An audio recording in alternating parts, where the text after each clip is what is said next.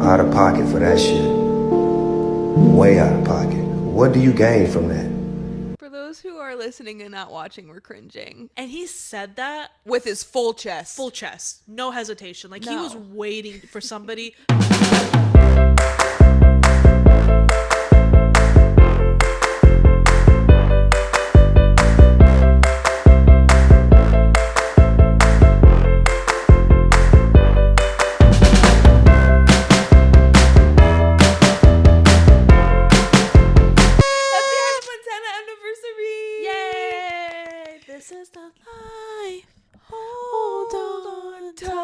Oh my god. I'm cutting that out. Yeah. Absolutely.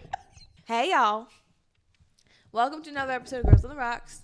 I'm Taylor Jean. And I'm Evelina. Welcome. Hopefully you liked an intro. Oh, I thought you were just talking about what we just did. That too. I'm sorry, we'll never do that again. We just watched the Hannah Montana anniversary, and we're going to get to that in a minute. I don't have any life updates for anybody here.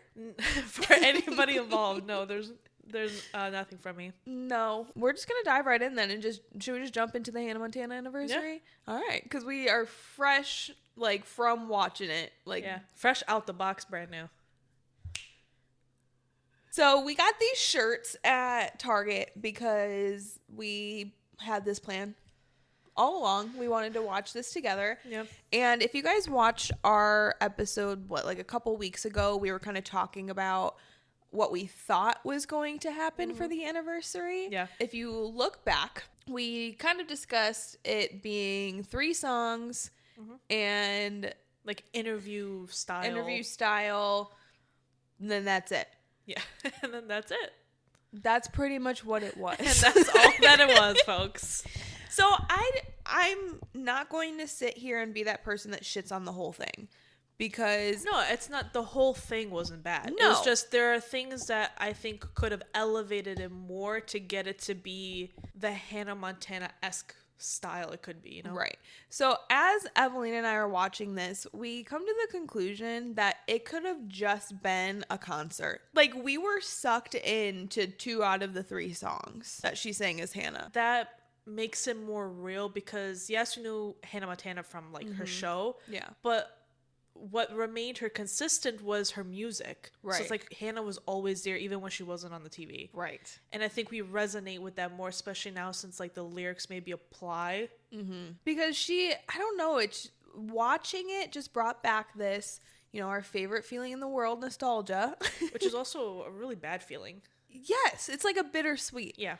Seeing her, like, in her hair, because that wasn't a wig, she says in the documentary, I guess. What would you call that? The anniversary special. I don't know. She said that she had, like, one piece, like, one added, added in, but everything else from the bangs and the length and everything was her actual hair, and I thought that was pretty cool.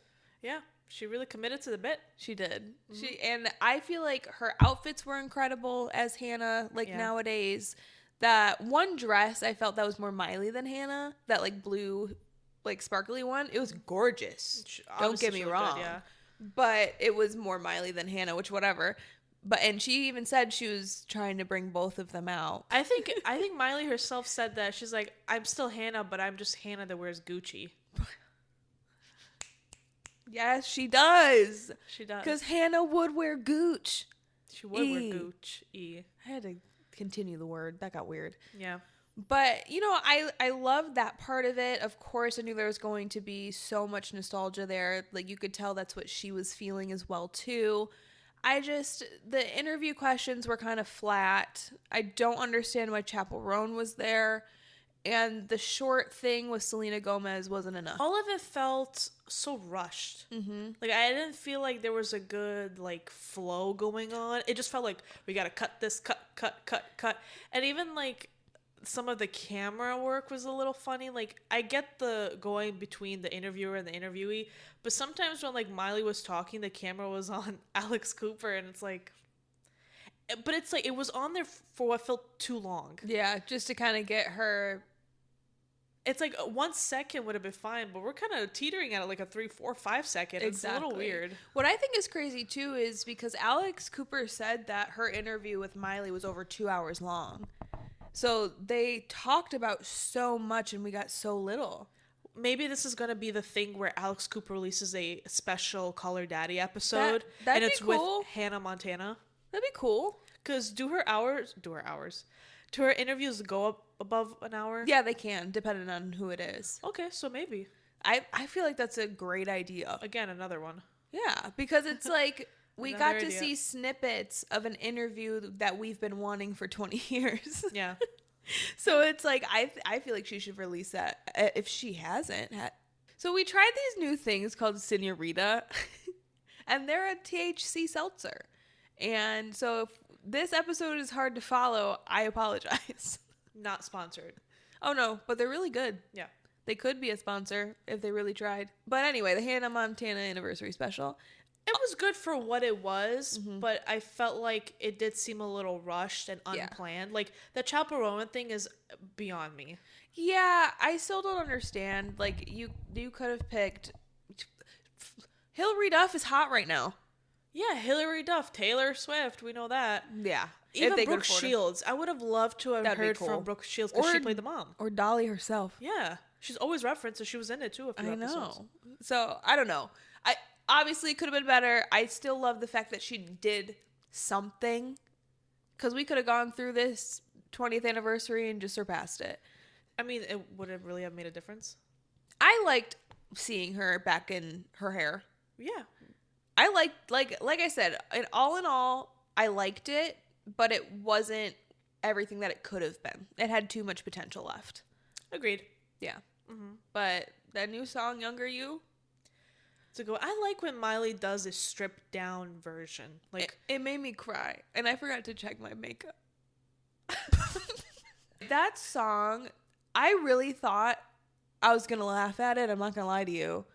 I just didn't Yeah. think it was Hey, you. gonna like hit, but it hit me square in the face. yeah, the Because- pictures in the back definitely helped with the emotion. Yeah. But it was a really good song. I thought it was Yeah, pretty. She liked sang beautifully. And hey, we got a new Hannah Montana song in 2026. So Something's going well in the world. exactly. At least we got that. Yeah. Now, speaking of Alex Cooper and Call Her Daddy, she just recently had a special guest on there. And her name is Jessi, whatever her last Draper. name is. Draper. From Secret Lives of Mormon Wives. So, like we said, Jessi Draper, she went on Call Her Daddy. This has been planned for a little while. This was planned before all the chaos with Taylor and Dakota happened. Also before her husband, Jordan, filed for divorce. I did watch the whole interview, and I'll kind of just go through some of the stuff that I thought was wild. This may have been one of the most spill all the tea interviews I've ever seen. And that's not like applauding Alex Cooper. That's applauding the fact that Jessi Draper does not give a hoot. And she just laid it all out on the table. Jessi stated in this interview that she found out about Jordan filing for divorce from TMZ. So she didn't hear it from Yikes. him. When TMZ knows before you. But he blindsided her with this because she was actually the one to ask for the divorce. I think she said that in her Instagram caption, no? Probably. Or something. Or maybe like a blind item. Maybe. What I also thought was funny because they had like this divorce whatever thing written up, and one of the clauses that Jordan put in there was that he didn't want her to go on podcasts and talk about him. But she was like, I didn't sign anything, so here I am. Okay. I thought it was so funny. But the fact that she was the one that led the divorce, and he was like, oh, I beat ya. A little weasel.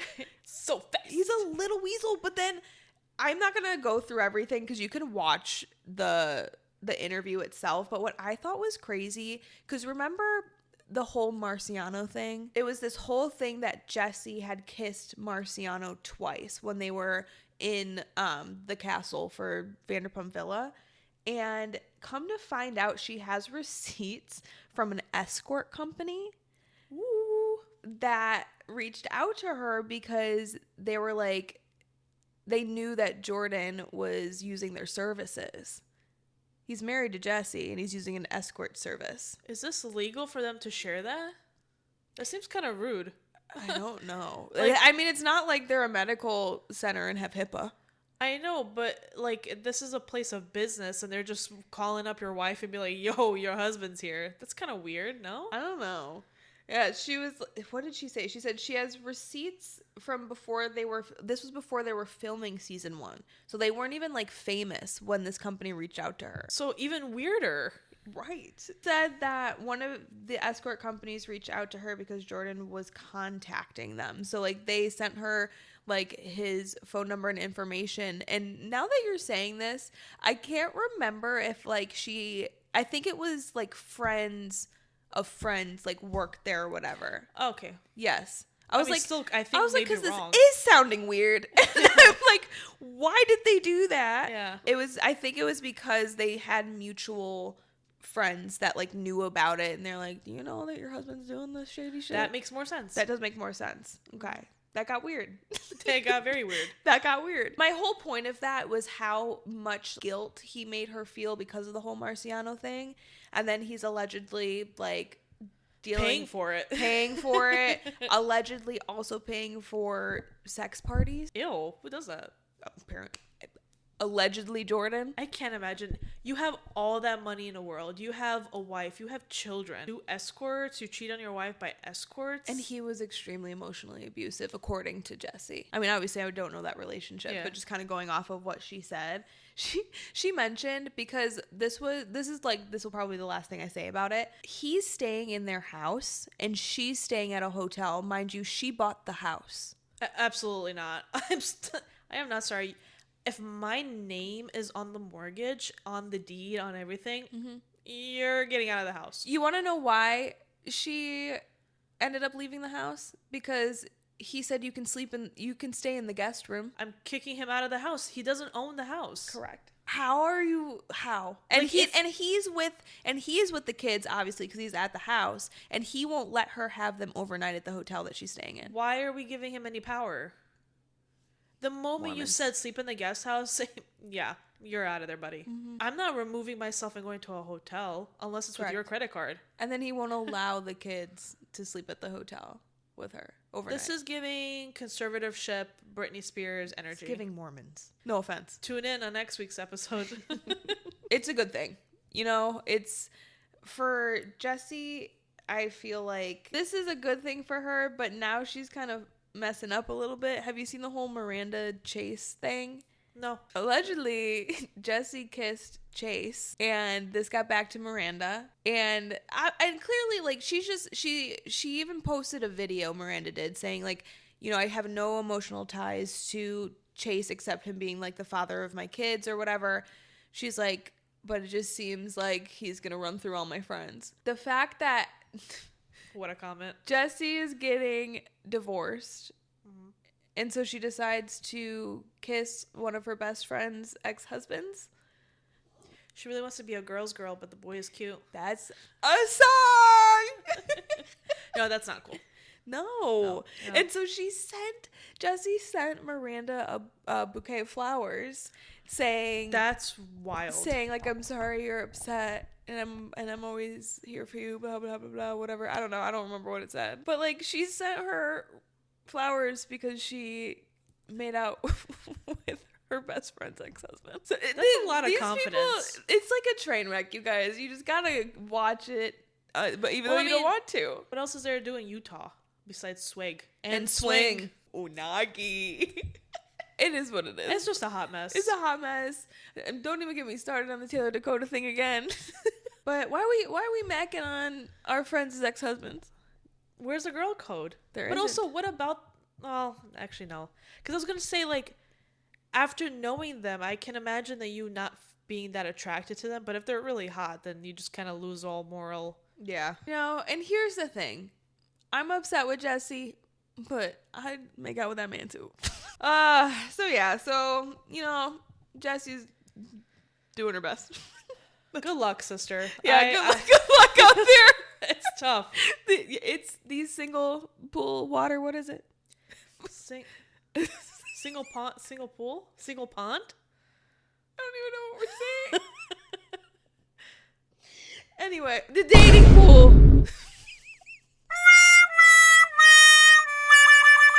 dating pool is rough. That's what I was trying to say.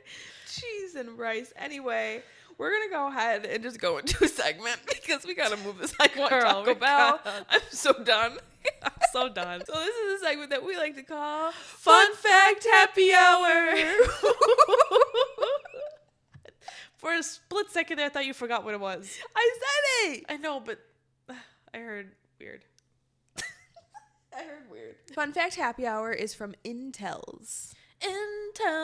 Yeah. So 88% of women have better investigative skills than the actual FBI when they feel like something is off in their relationship.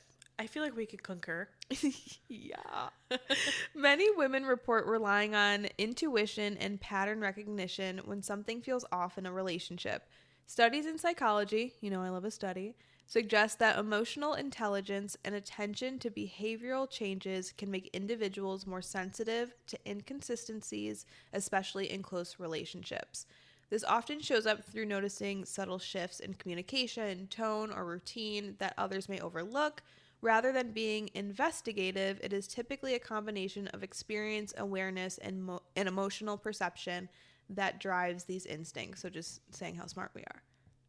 While exaggerated online, the underlying idea reflects how humans process trust and uncertainty in relationships. Recognizing patterns and trusting instincts can play a key role in maintaining emotional clarity and boundaries. Source: Psychology Today. Yeah. So what that's I'm pretty much hearing is that there should be more women FBI agents. More women, anything.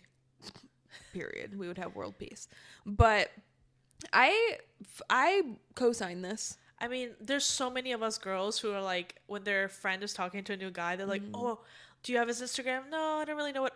I got you. And in like 2 minutes, they find their Instagram, their Facebook, their Threads account, their Twitter page that they haven't used since 2013. So we can definitely like investigate for the FBI. And but like also too, like how this article is saying, like it's not even digging up dirt. It's like when you're feeling like something is off, like it's just that women's intuition. We have that gut feeling that something awful is happening, and we will find out. And that's literally what this is telling you. 88% of us will find out that you're cheating. Always. It might take time. It might not happen right away, but we find out. And because we have the time. And just remember, fellas, it's a warning. So in other news, women figure everything out.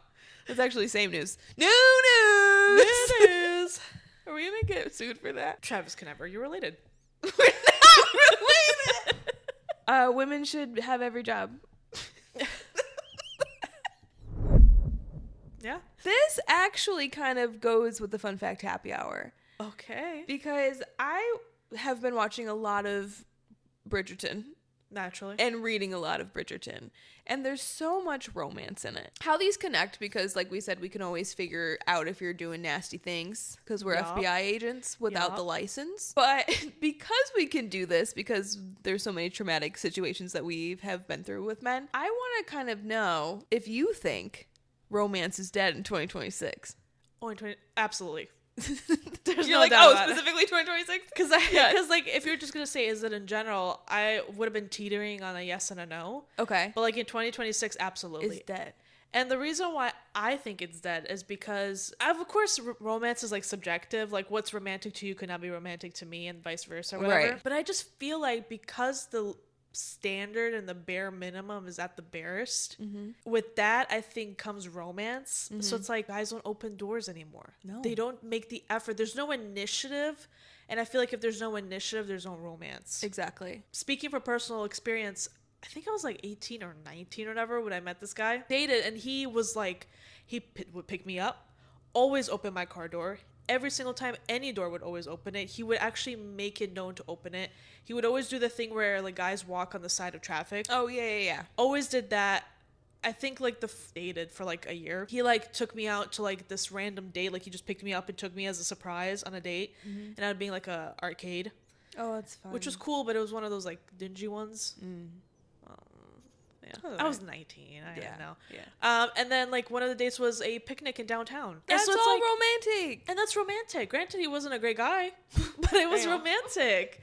I mean, it was romantic. And it's hard for me to think that now that I'm older, and so my dating pool of men is slightly older, right? How could you not just open the door? How could you not make the initiative to take me on a date, buy me flowers? All those things that you said you experienced when you were 19, have never experienced any one of those things. I haven't experienced this since I was 19. I haven't experienced it ever. And maybe that's just my taste in men. Two things can be true at once. Yes, that is true. That is true. I think romance is dead because people have gotten lazy. And I think... people are too accessible.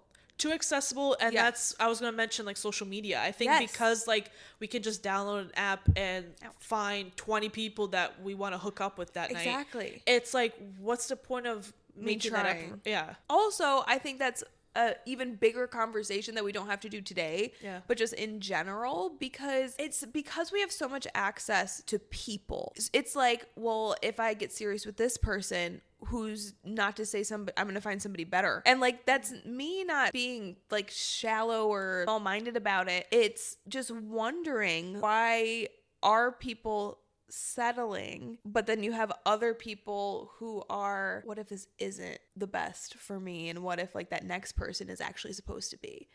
Yeah, because you're so self-aware of the amount of people that are around. And I think social media, another thing that it does is it gives you, it may or may not be real, but it gives you everything about a person.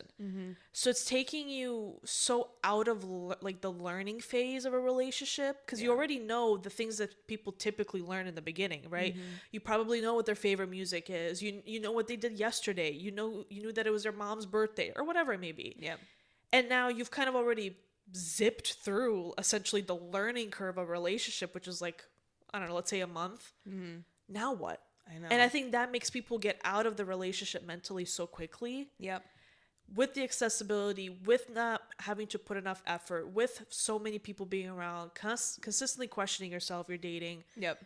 It's hard to then also think about romance. I know. And it's so sad. I know. Because that's why we're sad. Whether or not you like somebody, when you're dating in the real world, that dating part is the part that makes you realize whether you like them or not, right? Because like when you, like you said, you're so accessible to them on social media. If I'm constantly seeing Adam all the time on Instagram, I may be becoming shallow and realizing I'm not attracted to him. Right. Whereas if I had gone physical dates with him, I might have been able to build the attraction where it's like, wow, he's actually cute after the third date. Exactly. But since I see you every day on Facebook, Instagram, TikTok, whatever it may be, I've already created this image. We have too much access to you. Yes. We have too much access to the individual person. We have too much access to the possibility of people.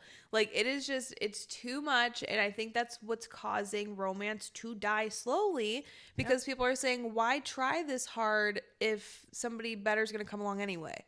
Right. If all I have to do is swipe up on your story, right, and do hard eyes, like, why should I ask you out on a date? Why should I go to dinner? Why should I bring you flowers? Why should I do all of this? Right. Why talk to you via text or FaceTime or call when I can just DM you? Right. It's becoming lazy and it's lack of effort. Yes. And romance is dying because of it. Is dead. Which is why we have, I feel like, not a lot of rom-coms. Yes. In 2026, because there's and we've talked about this. It's so sad. Because people don't have that craving for love, or that like that, maybe that sort of superstar love that we see on these rom-coms, where it might seem cringy and like cheesy, but you still aspire to it to some degree. Nowadays, nobody's talking about love. No. There's no love. That's why I read so many romance books, because it's like we're missing that in real life. I need to get it somewhere. And it's such a good feeling. Yeah. That I feel like we don't get anymore in like IRL. But I just wanted to ask that question. I know it has nothing to do with pop culture, but I kind of went with that fun fact happy hour. Yeah. If you think really hard and tilt your head to the side and squint your left eye, then it all kind of connect. Happy news first. Taylor Lautner and Taylor Lautner are having a baby Lautner. Taylor Lautner squared. Taylor Lautner squared is going to have a Lautner thrice. Okay, keep it going. So that was nice. That's positive. Yeah. Negative thing I have for you is we got J. Cole and Usher still defending Diddy. And these videos of these interviews are fresh in my mind right now. Doesn't mean I remember them. But So the Usher did an interview with Forbes. I don't care what the context of the interview was. I'm sure it was something about him and his success and whatever it may be. He went on a whole tangent saying like, humanity. I didn't want to.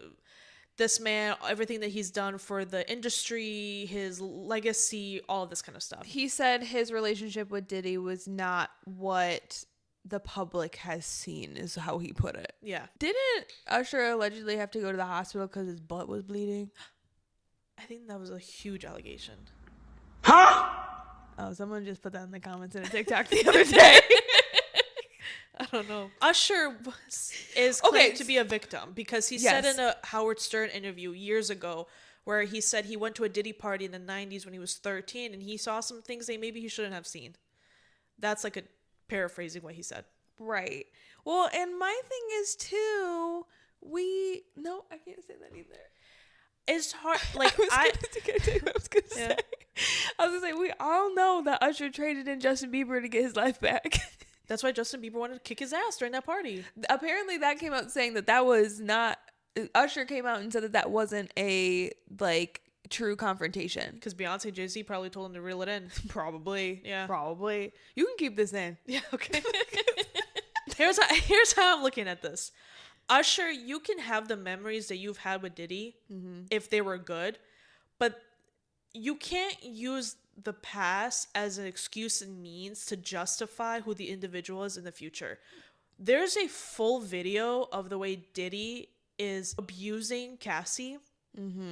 If that in itself doesn't tell you, yo, man, he's not the same guy I knew him as, justice has been served. You could have said anything that was super vague, and you have PR people for that could have helped you.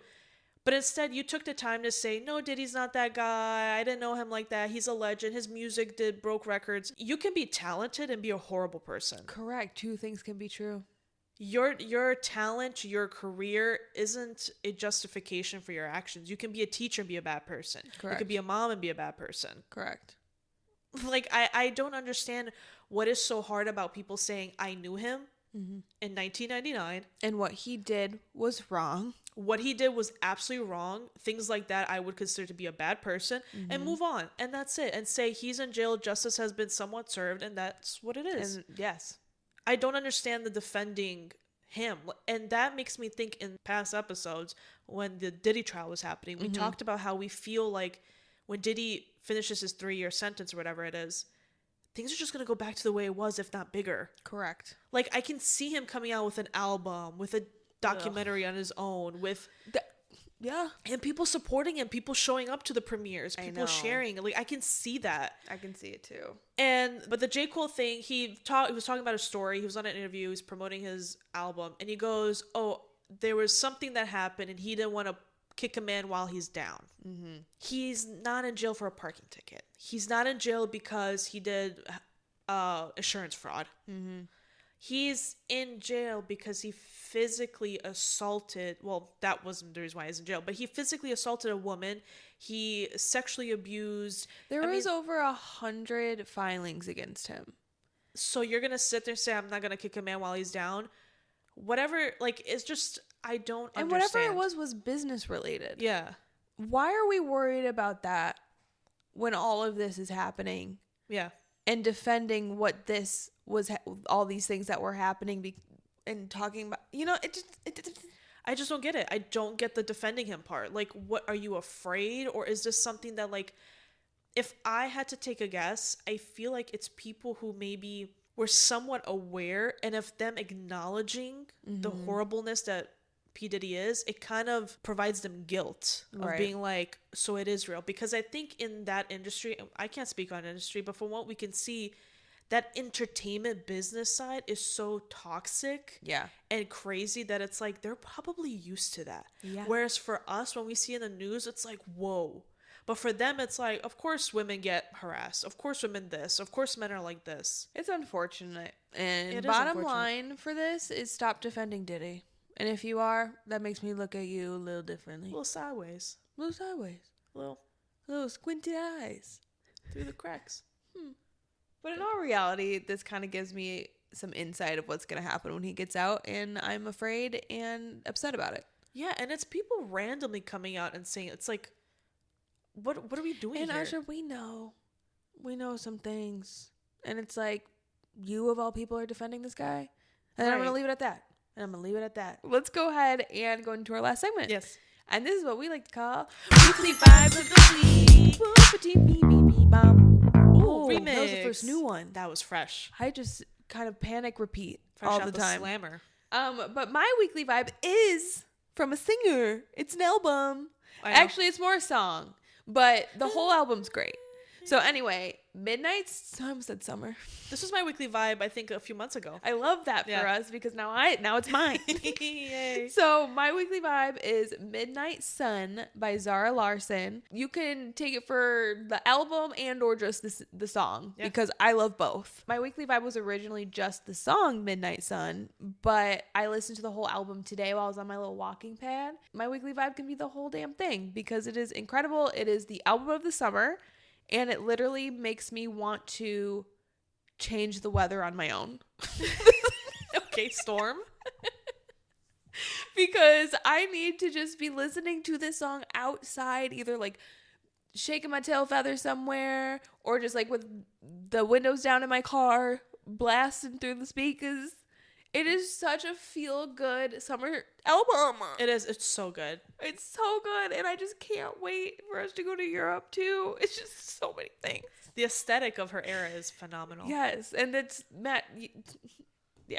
So listen to Midnight Sun, the entire album. At least if you can't do that, do the song itself and just blast it through your speakers. You're gonna love it. Give Zara Larsson her flowers because she is needs extremely them. talented. She's extremely talented. I've loved her for years. Yeah. And she just keeps getting better. Agreed. Bottom line, your turn. My weekly vibe of the week is a movie that's in theaters. It's called Project Hail Mary. That has yummy yum in it. That does have a yum yum in. Ryan Gosling, he's so hot. I've seen it twice. I'm gonna go see it again in Wow. 70 millimeters. It's hard to find that one where I live. That movie is just fantastic. It is probably one of the better top 10 movies of this decade. Really? Dude, it's phenomenal. It's if the best way I could describe it without ruining anything is if you're a big fan of Interstellar, 2001 Space Odyssey, and Wall-E, that's everything you need. I mean, Interstellar is one of the top 3 best movies of all time. My opinion, it's a fantastic movie. I love that movie to death. Shout out composer, we all know the Interstellar. That is my ringtone. The fact that it's Ryan Gosling, and we've seen him do a space movie again, which is First Man. I never saw that one. But this movie has everything that you love in the movie. It's fantastic, like space scenes, like pictures, the great score. Ryan Gosling deserves all his accolades for this movie. Wow. He gave so much emotion that it was just like, it was so authentic. Dude, I bawled like heavy 3 separate times in that movie. My goodness. Both times I went. Because I don't know how he did it.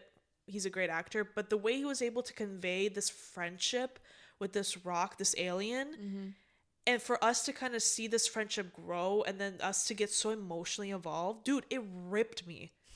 It ripped me. He is so I had good. no desire to watch this movie until right now. Dude, it is so good. If you love space, if you love like that Wall-E-esque like I'm indifferent with movies. space. Okay. It's a PG-13 movie, so you're not gonna get that like, oh, here's a love story, he's leaving his wife at home. It's such an endearing movie about friendship and bravery. And like, if you're a kid, I think you would love watching. It's a PG-13 movie, but it's so funny too. I walk out of there feeling like I'm just so like sad and happy, and I just can't wait to see it again. I gotta see this movie out. It is I wasn't so going to. good. All right. I'll wait till it's on streaming. On the way to the theater, listen to Midnight Sun by Zara Larsson. Wow. And we do not have a spillover, and Thank God. I'm sorry, but I'm so excited to get out of here because I'm ready to eat some Taco Bell. Every midnight sun. Yeah, thank you guys. Follow us on all social medias. Evelina's gonna have them play across the screen and like do some stuff.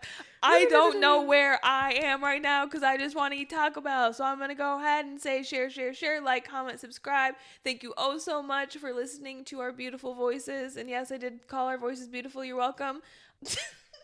wrap it up. Thank you. We really hope that you guys tell your friends about us. I swear if this is your first episode that you've ever watched of ours, I'm so sorry. And maybe tune in to another one. I might not even upload this one, to be perfectly honest with you. I'm just going to use the bloopers. So this might turn Bye! this might just turn into a whole bloopers episode. So hopefully you enjoyed our podcast culture situation that I don't remember what we talked about, but I'm really glad that you stayed this long. Hopefully, okay. Bye! 3, 2, stop. 3, 2, 1. Wait! Why do we make that noise? Happy Hannah Montana 20th anniversary! Yay! This is the line. I'm sorry. No.